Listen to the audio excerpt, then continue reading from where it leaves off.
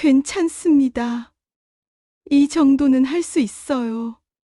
사실 아버지랑 이야기를 좀 했어요. 지금 상태로는 가정을 유지하기가 힘들 것 같아요. 제가 부족해서 그런가요? 제가 더 잘할게요. 정리하는 게 좋을 것 같아요. 위자료 정도는 드릴 수 있어요. 노후에 다시 시작한 가정에서 이 말들이 오가게 될 줄은 아무도 예상하지 못했습니다. 돈 많다는 말 하나로 시작된 재혼. 그리고 1년 뒤 전혀 다른 현실이 모습을 드러냅니다. 그 선택이 노후의 방향을 완전히 바꿔놓기까지는 그리 오래 걸리지 않았습니다. 이 이야기를 시작하기 전에 여러분의 구독과 좋아요는 따뜻한 응원의 손길이 됩니다. 안녕하세요. 저는 김연아입니다. 올해 65이에요. 남편을 떠나보낸 지 3년째 되던 해였죠. 처음 1년은 그저 하루하루가 멍했어요. 아침에 눈을 뜨면 옆자리가 비어 있다는 게 믿기지 않았고, 저녁이면 혼자 밥상을 차리는 게 서글펐습니다. 그렇게 시간이 지나면서 슬픔은 조금씩 가라앉았지만 그 자리를 외로움이 채워갔어요. 자녀들은 각자 가정을 꾸려 바쁘게 살아가고 있었습니다. 큰딸은 경기도에서, 아들은 부산에서 살고 있어서 자주 보기 어려웠죠. 명절이나 생일 때 잠깐 얼굴을 보는 게 전부였어요. 전화는 가끔 왔지만 통화를 하고 나면 오히려 더 허전했습니다. 아이들도 각자 생활이 있으니 자주 연락할 수도 없는 노릇이었어요. 하루 일과라고 해봐야 단조로웠습니다.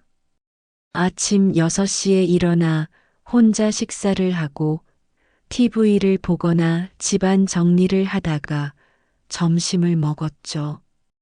오후에는 근처 공원을 산책하거나 마트에 장을 보러 가는 게 전부였어요. 병원 진료가 있는 날은 그나마 외출할 이유가 생겨서 다행이었습니다. 이렇게 사람을 만날 일이 거의 없다 보니 말을 할 기회도 줄어들었어요. 며칠씩 아무와도 대화하지 않는 날이 이어지기도 했습니다.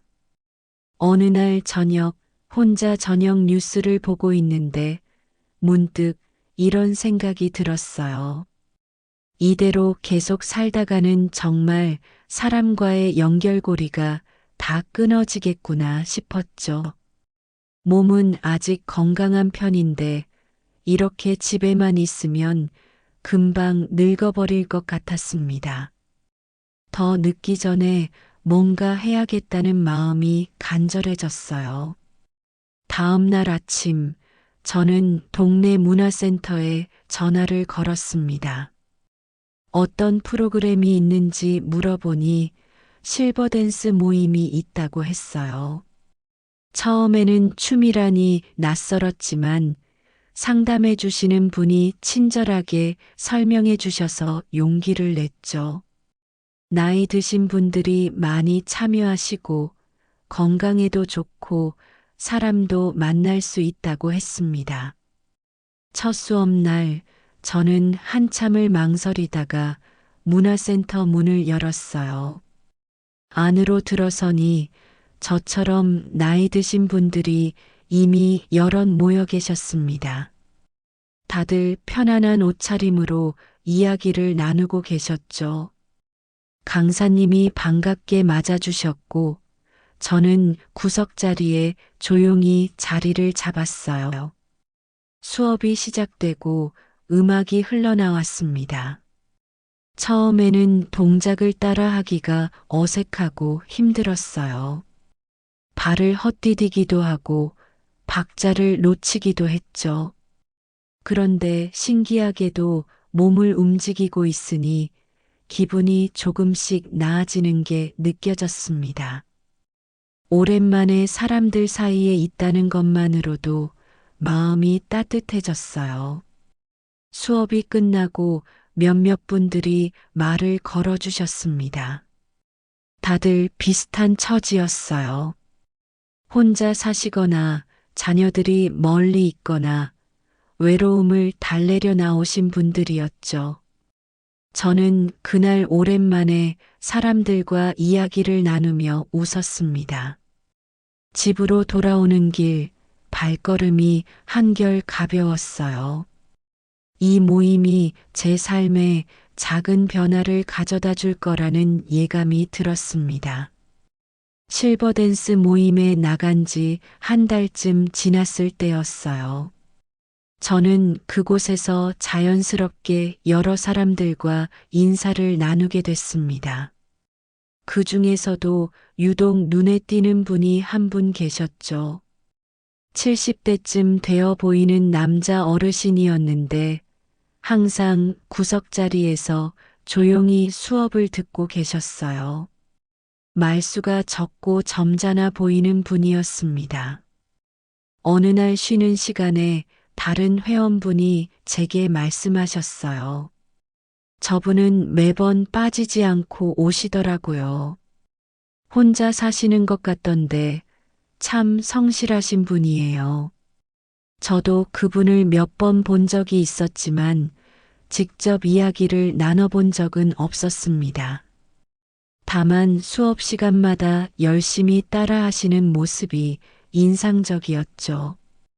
그러던 어느 수요일 오후였습니다. 수업이 한창 진행되고 있을 때 갑자기 뒤쪽에서 쿵 하는 소리가 들렸어요. 모두들 깜짝 놀라 뒤를 돌아보니 그분이 바닥에 쓰러져 계셨습니다. 순간 교실 안이 술렁였죠. 강사님이 급히 달려가셨고 저도 얼떨결에 그쪽으로 다가갔어요.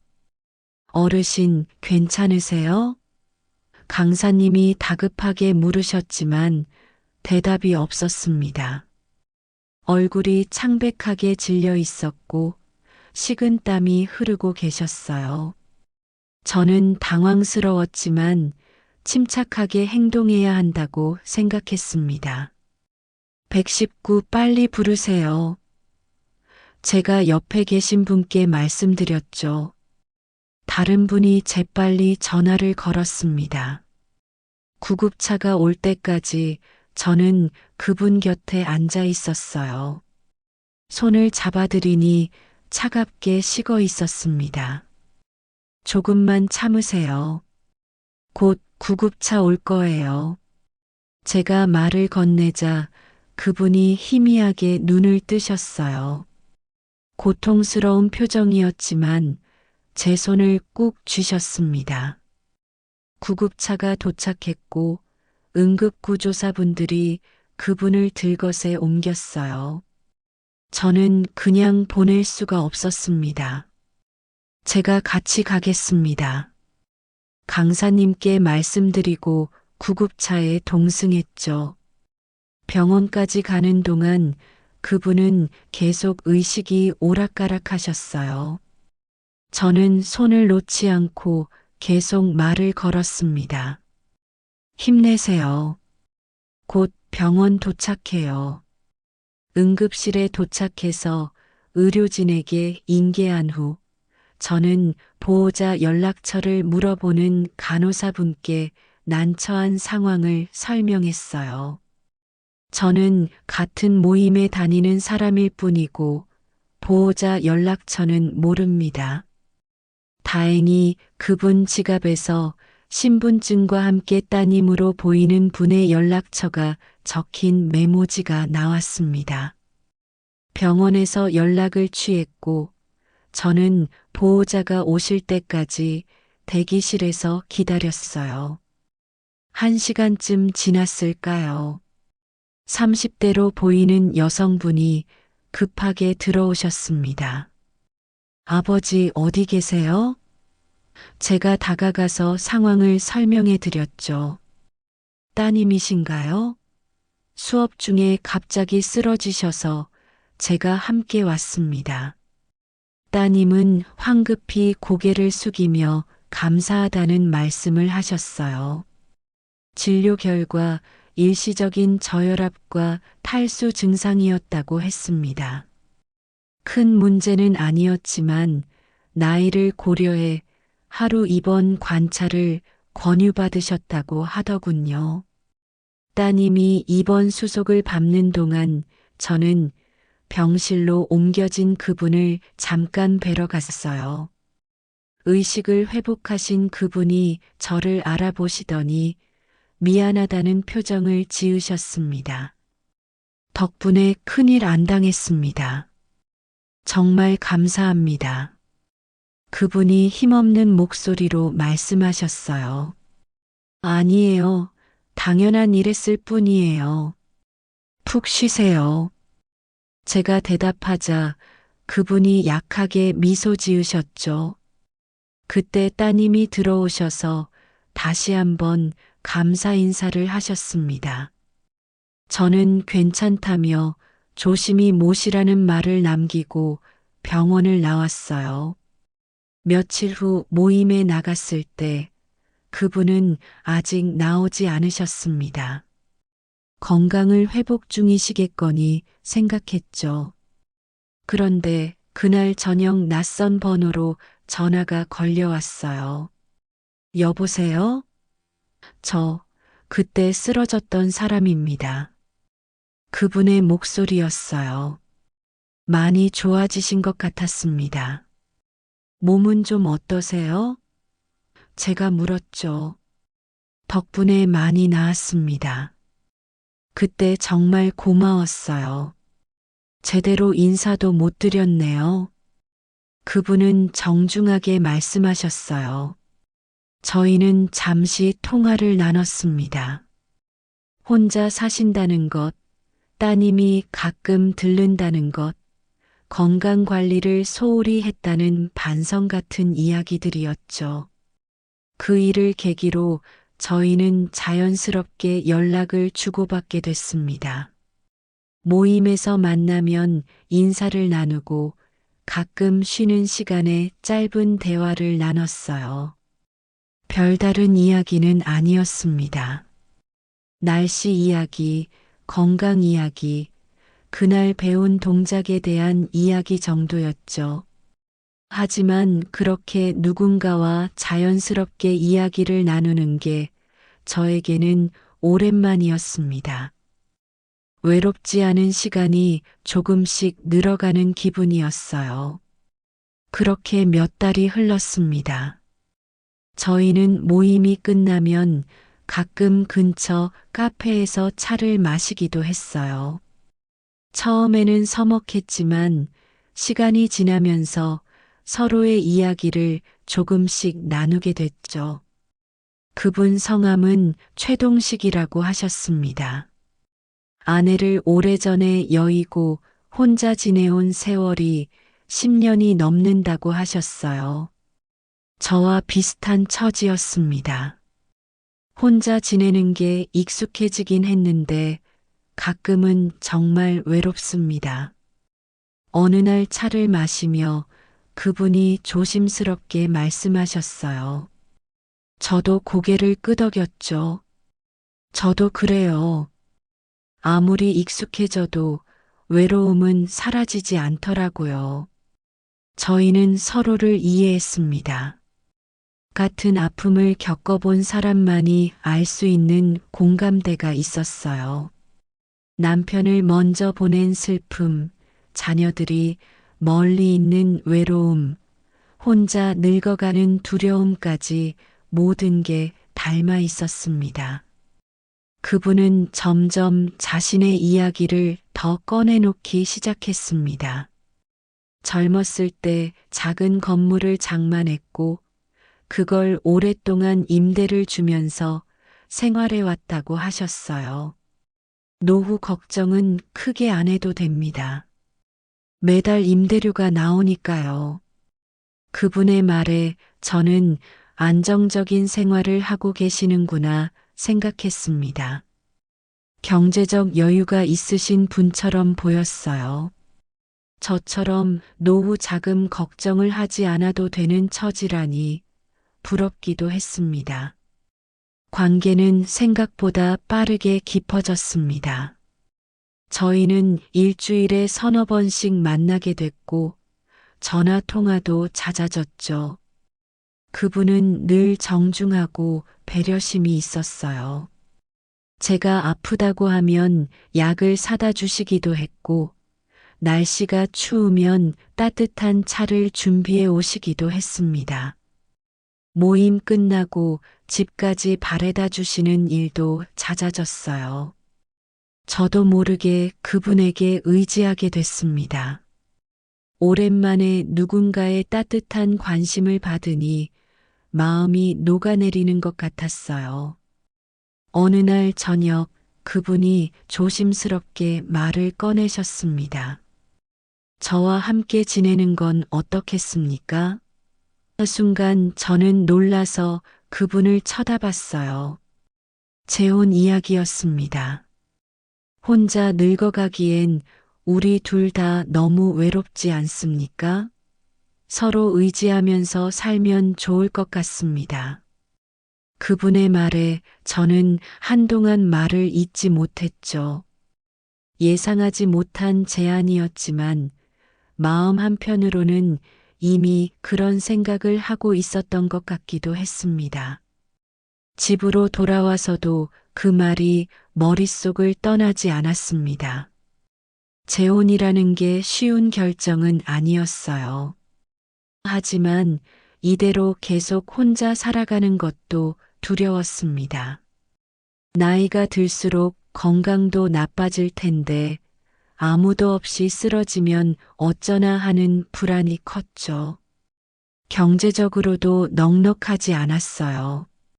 모아둔 돈이 조금 있긴 했지만 언제까지 버틸 수 있을지 확신이 없었습니다. 병원비라도 크게 들면 금방 바닥날 돈이었어요.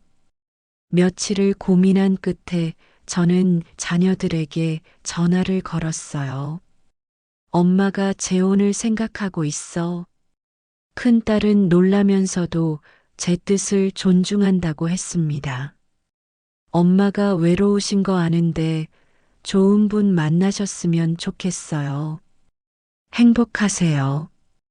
아들도 비슷한 반응이었죠. 엄마 인생이니까 엄마가 결정하세요. 저희는 엄마 편이에요.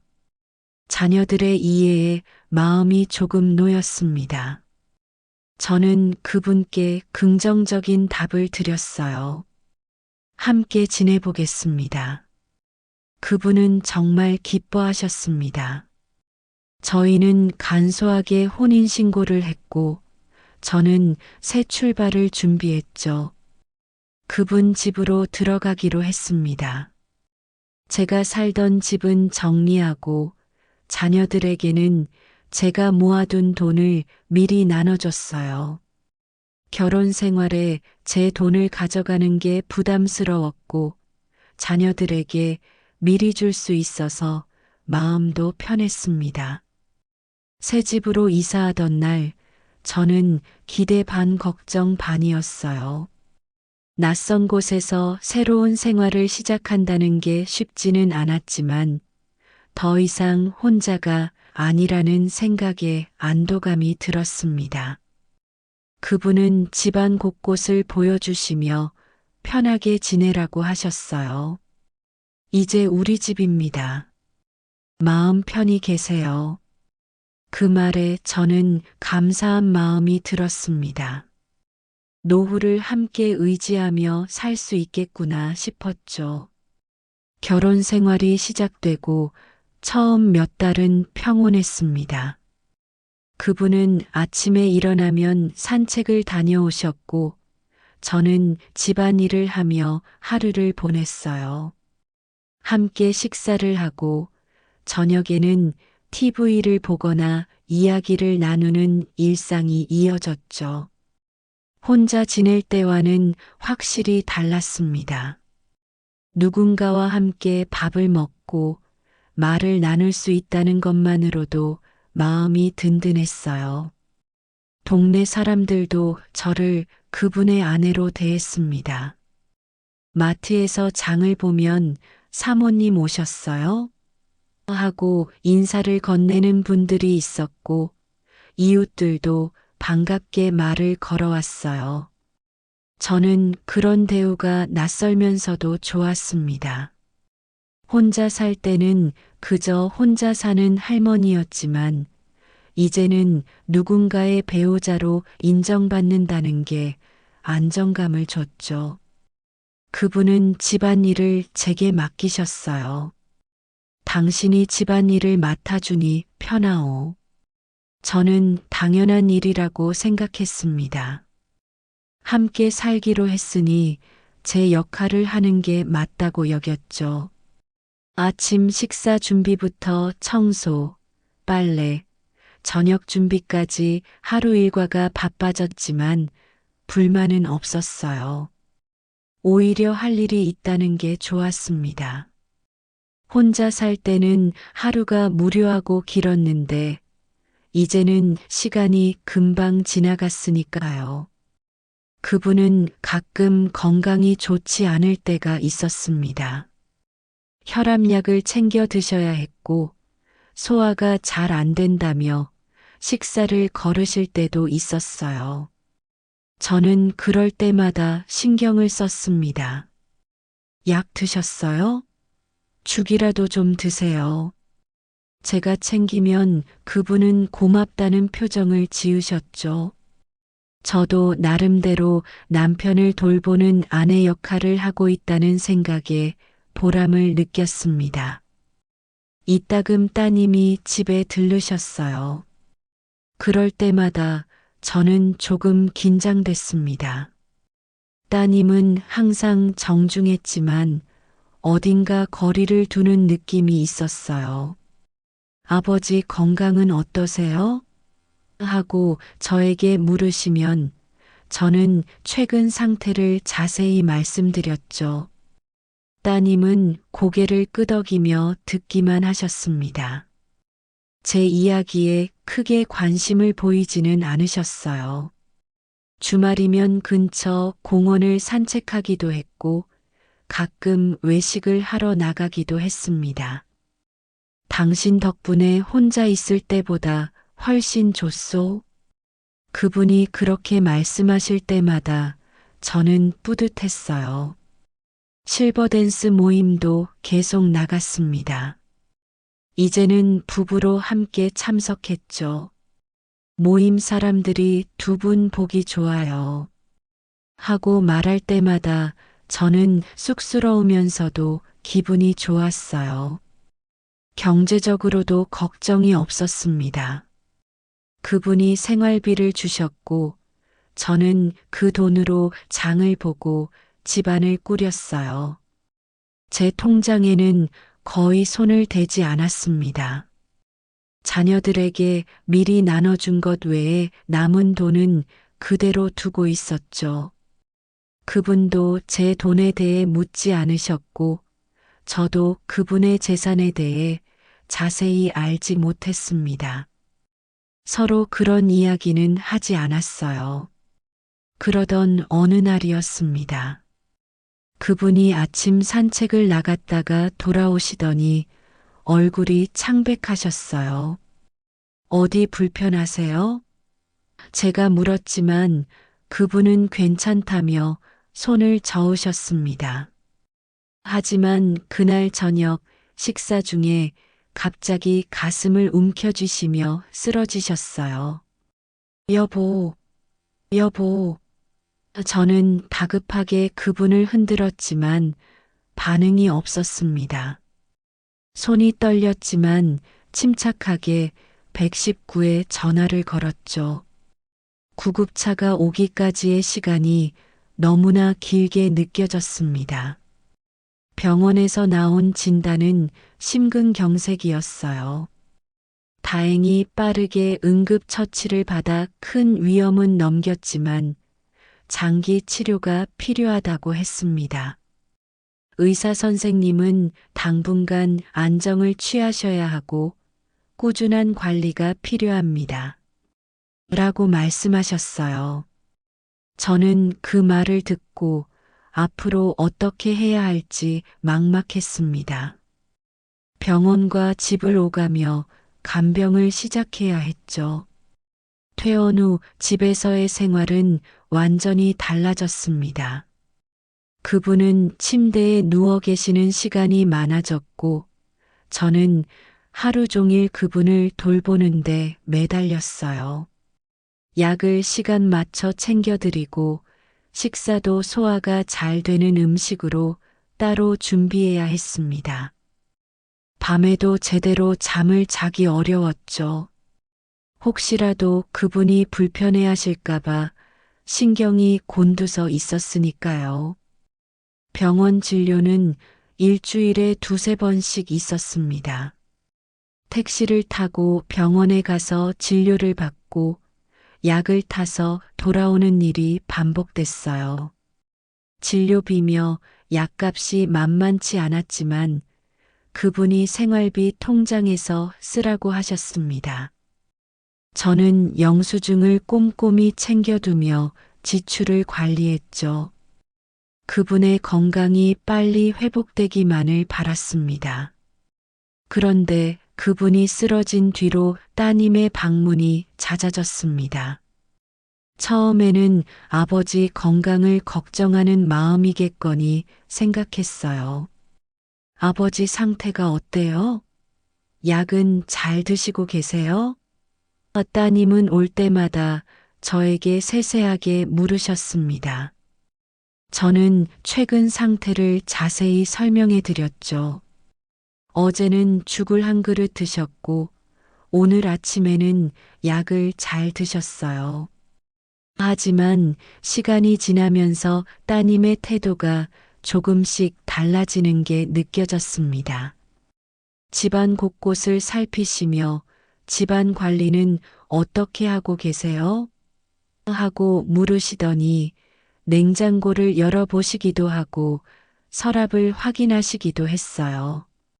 처음에는 아버지를 위해 필요한 것들을 챙기시는 건가 싶었습니다. 그런데 어느 날은 생활비 통장 내역까지 보여달라고 하셨어요.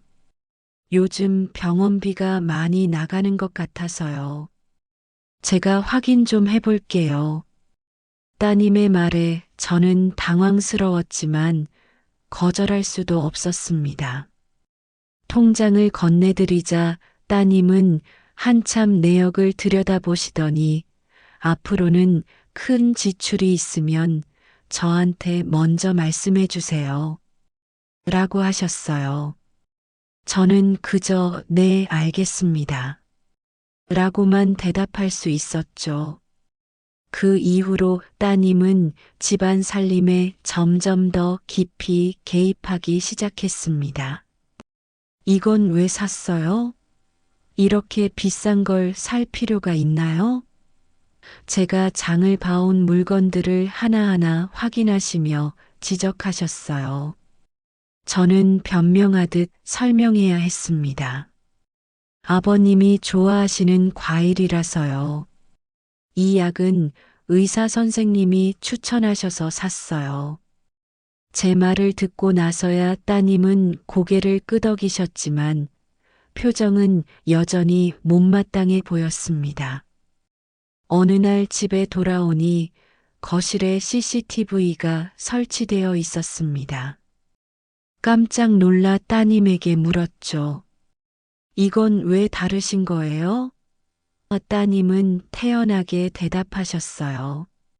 아버지 혼자 계실 때 무슨 일 생기면 안 되잖아요. 제가 회사에서도 확인할 수 있게 설치했어요. 그 말이 일리는 있었지만 저는 마음이 불편했습니다. 집안의 모든 움직임이 감시당하는 것 같았어요. 그분은 예전만큼 말씀을 많이 하지 않으셨습니다. 약 때문인지 하루 종일 졸리다고 하시며 누워 계셨어요. 가끔 정신이 또렷할 때 제 손을 잡으시며 고생이 많소? 라고 말씀하셨지만 그마저도 점점 줄어들었습니다. 저는 그분과 대화를 나누고 싶었지만 건강이 안 좋으신 상태에서 무리하게 말을 시키는 것도 좋지 않을 것 같았어요. 따님은 이제 거의 매일 들르셨습니다. 오시면 그분 방에 들어가 한참을 계시다가 나오셨어요. 그리고는 저에게 오늘 아버지 상태가 별로 안 좋아 보이던데요. 식사는 제대로 챙겨드렸어요? 하고 물으셨습니다. 저는 아침에 죽 한 그릇 드셨고 점심에는 미음을 조금 드셨어요. 라고 대답했죠. 따님은 좀 더 신경 써주세요. 라는 말만 남기고 가셨습니다. 저는 더 이상 무엇을 어떻게 해야 할지 모르겠었어요. 최선을 다하고 있는데도 늘 부족하다는 느낌만 받았습니다. 병원에 갈 때도 이제는 따님이 동행하시는 경우가 많아졌습니다. 진료실 안까지 따라 들어가셔서 의사 선생님과 직접 이야기를 나누셨어요. 저는 밖에서 기다리는 일이 잦아졌죠. 진료가 끝나고 나오면 따님이 오늘은 이런 이야기 들었어요. 하고 간단히 말씀해 주실 뿐이었습니다. 따님의 개입이 본격화되면서 저는 집안에서 점점 설 자리를 잃어갔습니다. 아침에 일어나 무엇을 하든 CCTV가 신경 쓰였어요.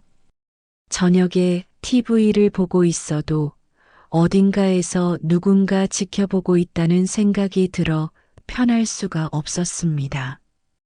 제 집인데도 제 집 같지 않았죠. 손님처럼 조심스럽게 움직이는 제 모습이 초라하게 느껴졌어요. 생활비 사용은 이제 완전히 따님의 관리 아래 놓였습니다. 장을 보러 가기 전에 따님에게 연락을 드려야 했어요. 오늘 마트 가려고 하는데 이런 것들 사도 될까요? 목록을 말씀드리면 따님은 그건 필요 없을 것 같은데요. 이것만 사세요. 하고 지시하셨습니다. 영수증은 반드시 보관했다가 보여드려야 했고 조금이라도 불필요한 지출이 있으면 추궁을 당했어요. 이건 왜 샀어요? 이렇게 돈을 함부로 쓰시면 안 되죠. 저는 매번 설명하고 사과하는 일이 반복됐습니다. 그분을 간병하는 일도 이제는 당연한 의무처럼 취급됐습니다. 새벽부터 밤까지 그분을 돌보며 지쳐가는데도 이 정도는 당연히 하셔야죠. 라는 말만 들었어요. 한 번은 제가 피곤해서 낮잠을 잠깐 잤는데 마침 그때 따님이 오셨던 거예요. 아버지 혼자 계시는데 주무시면 어떡해요? 따님의 날카로운 목소리에 저는 화들짝 놀라 일어났습니다. 죄송합니다. 잠깐 너무 피곤해서요. 변명을 했지만 따님의 표정은 차갑기만 했어요. 어느 날 저녁이었습니다.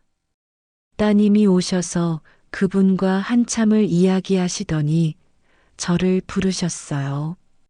잠깐 이야기 좀 할게요. 거실로 나와 앉으니 따님이 서류 몇 장을 꺼내 보여주셨습니다. 아버지 건물 말이에요. 이거 보세요. 서류에는 건물 등기부등본이 적혀 있었어요. 자세히 보니 소유자 명의가 그분이 아니라 따님으로 되어 있었습니다. 이게 무슨 일이에요? 제가 물었죠. 따님은 담담하게 설명하셨어요. 이건 한참 전에 아버지가 저한테 증여하신 거예요. 상속세 문제도 있고 해서요. 아버지도 다 아시는 일이에요. 저는 그 순간 머릿속이 하얘졌습니다. 그분이 결혼 전에 말씀하셨던 건물, 매달 나온다던 임대료, 그 모든 게 사실은 이미 따님 소유였던 거예요. 제가 기대했던 경제적 안정이란 게 처음부터 허상이었다는 걸 그제야 깨달았습니다. 그럼 임대료는요? 제가 떨리는 목소리로 물었어요. 그것도 제 통장으로 들어와요. 아버지 생활비는 제가 드리는 거고요. 따님의 대답에 저는 할 말을 잃었습니다. 그분이 저에게 주시던 생활비도 알고 보면 따님이 주시는 돈이었던 거죠. 저는 그동안 그분의 경제력을 믿고 재혼을 결심했는데 실상은 전혀 달랐습니다. 혹시 그거 모르고 결혼하신 거예요? 따님이 조심스럽게 물으셨어요. 저는 고개를 끄덕일 수밖에 없었습니다. 아버지가 말씀 안 하셨구나. 그럼 어쩔 수 없죠. 따님은 그렇게 말하며 서류를 다시 챙겼어요. 저는 그 자리에 멍하니 앉아 있었습니다. 배신감과 허탈함이 한꺼번에 밀려왔어요. 그날 밤 그분께 조심스럽게 물어봤습니다. 건물이 따님 명의라고 하던데요.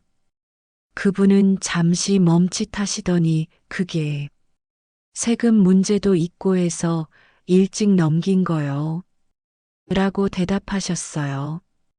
그럼 제게 말씀하셨던 건 제가 더 묻자 그분은 미안하오. 그때는 그냥 임대료가 나온다고만 생각했소. 라며 시선을 피하셨습니다. 저는 더 이상 묻지 못했어요. 이미 결혼한 상태에서 따질들 무슨 소용이 있겠습니까? 그 이후로 저는 완전히 처지가 바뀌었다는 걸 실감했습니다. 저는 이 집의 주인이 아니었어요.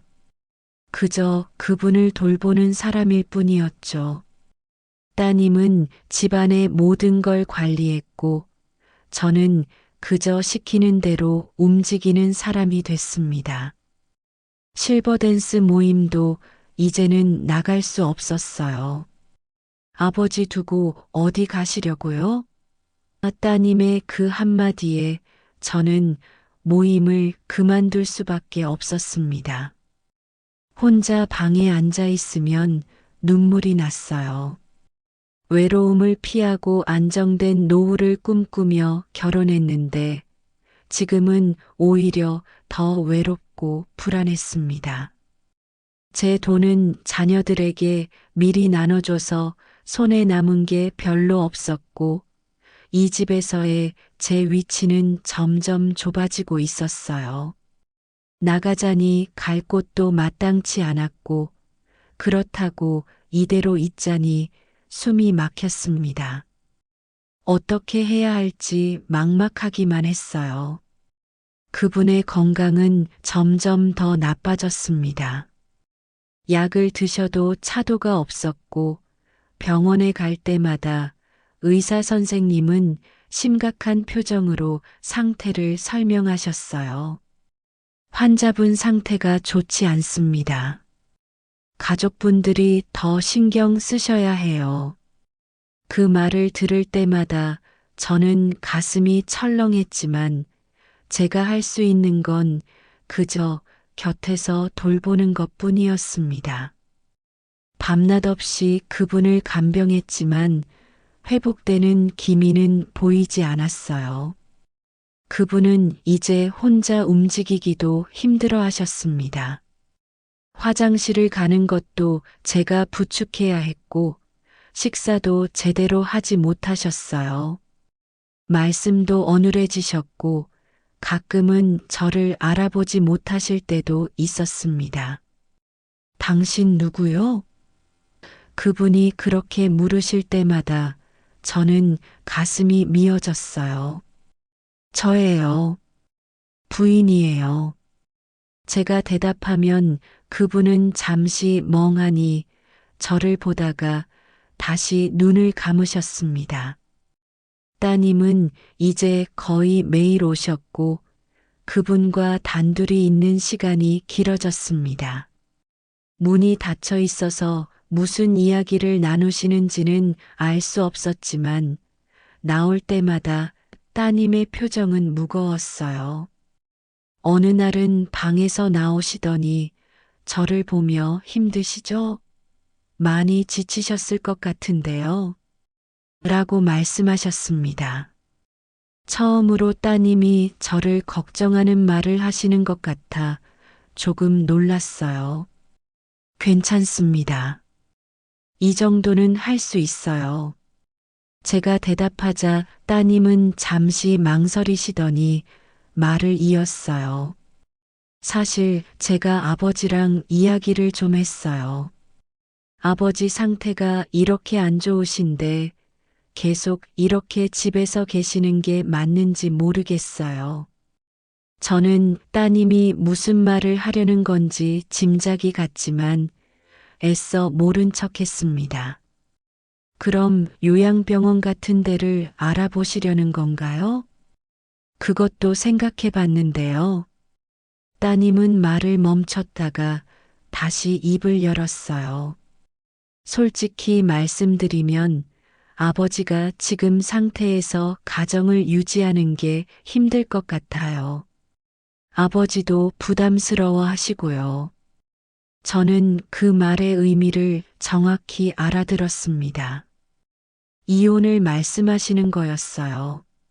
순간 숨이 막혔지만 겉으로는 침착함을 유지하려 애썼습니다. 제가 부족해서 그런가요? 더 잘할 수 있는데요. 제가 떨리는 목소리로 말했죠. 따님은 고개를 저으셨어요. 그런 게 아니에요. 그동안 고생 많으셨어요. 근데 아버지 치료비며 생활비며 계속 돈이 들어가잖아요.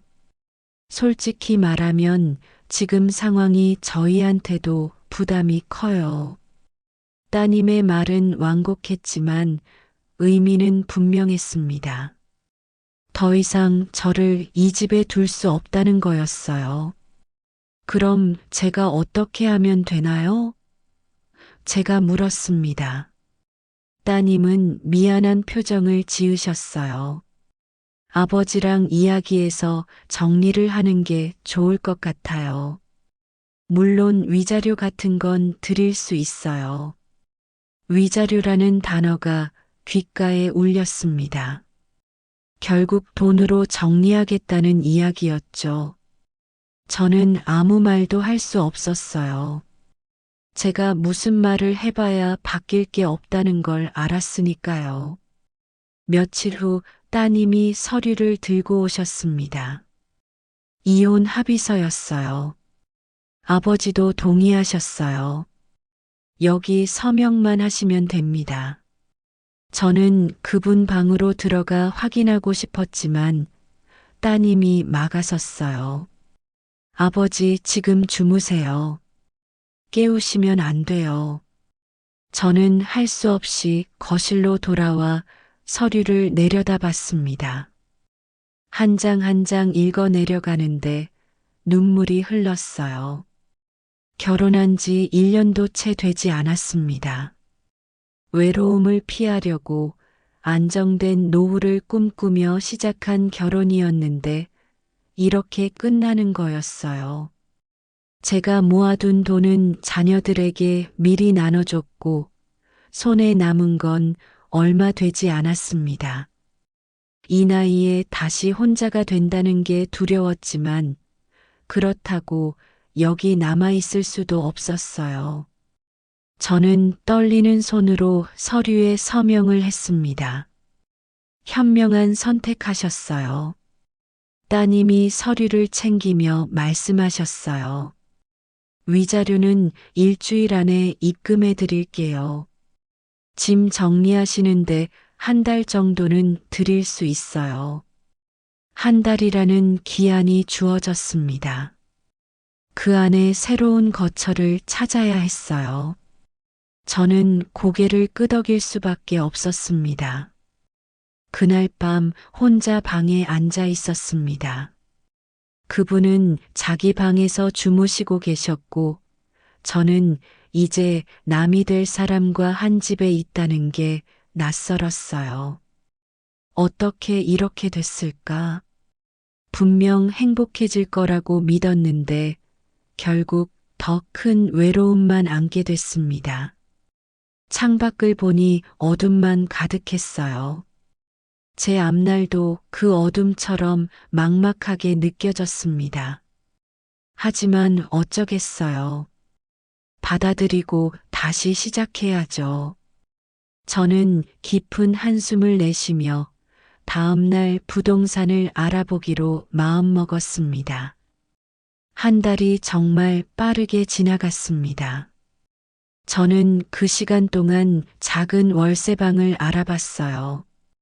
보증금과 월세를 낼 수 있는 곳을 찾는 게 쉽지 않았습니다. 손에 남은 돈이 많지 않았거든요. 여러 곳을 알아본 끝에 겨우 반지하 원룸 하나를 구했습니다. 좁고 습했지만 달리 선택의 여지가 없었어요. 이사하는 날 따님이 오셨습니다.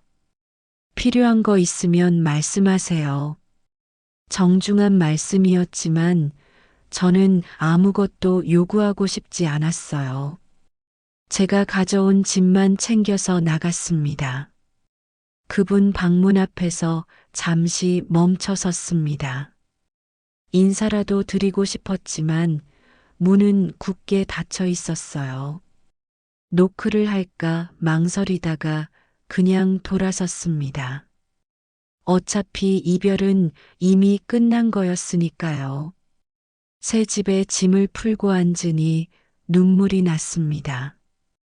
좁은 방 안에 달랑 이것밖에 남지 않았다는 현실이 참담했어요. 자녀들에게 연락할까도 생각했지만 차마 전화를 걸 수가 없었습니다. 제 선택으로 재혼했고 제 판단으로 돈을 미리 나눠줬는데 이제 와서 뭐라고 말할 수 있겠어요.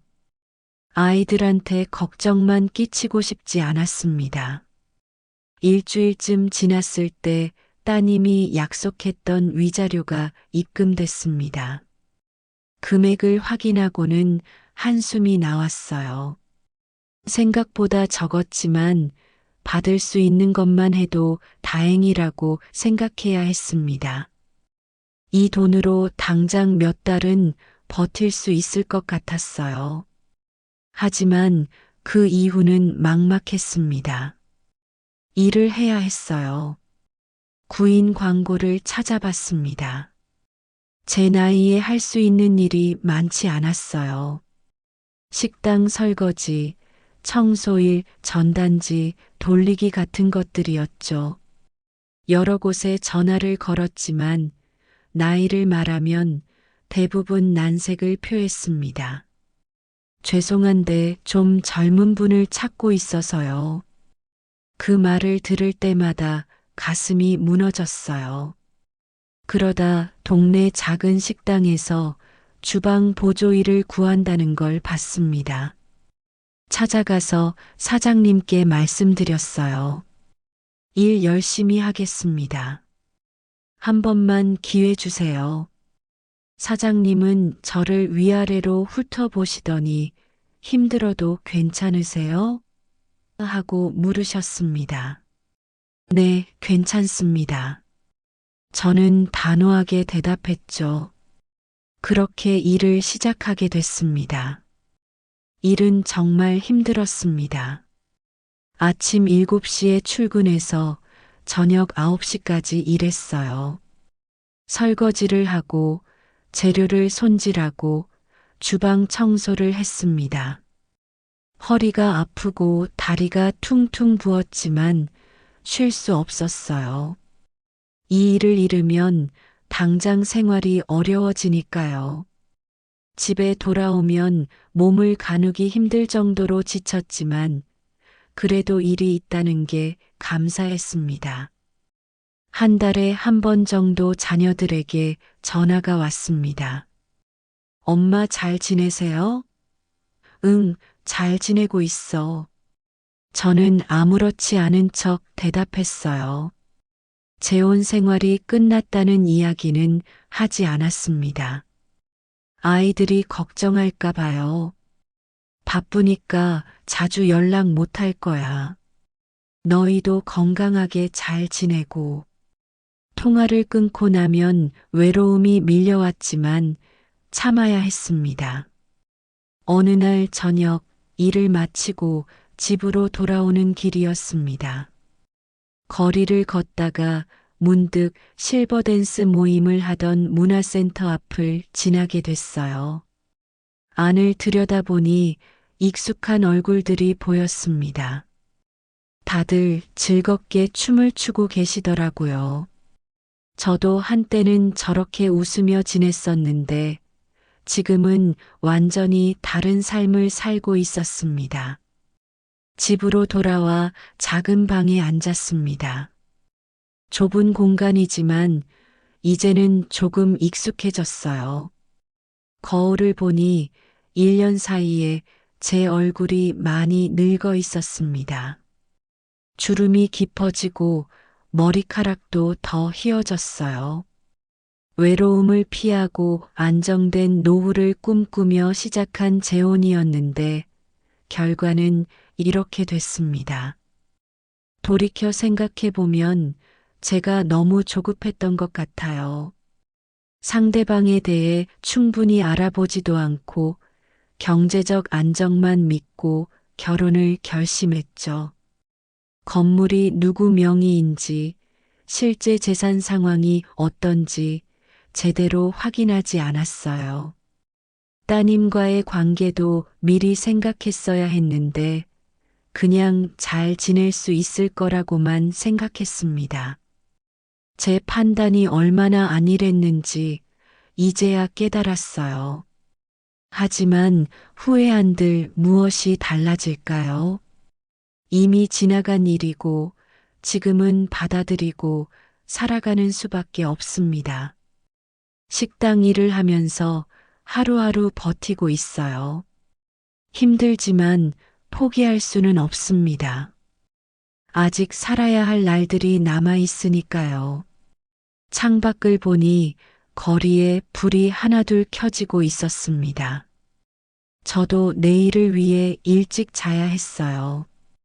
불을 끄고 누우면서 생각했습니다. 내일도 오늘처럼 버텨내야지. 그렇게 조용히 하루를 마무리했습니다. 이 이야기는 누군가의 특별한 불행을 보여주기 위한 것이 아닙니다. 노후에 마주하게 되는 외로움과 불안, 그리고 그로 인해 내려진 한 선택이 어떤 결과로 이어질 수 있는지를 조용히 보여주는 이야기입니다. 사람을 믿는다는 것과 상황을 확인한다는 것 사이의 작은 차이가 남은 삶의 방향을 얼마나 크게 바꿀 수 있는지 되돌아보게 합니다.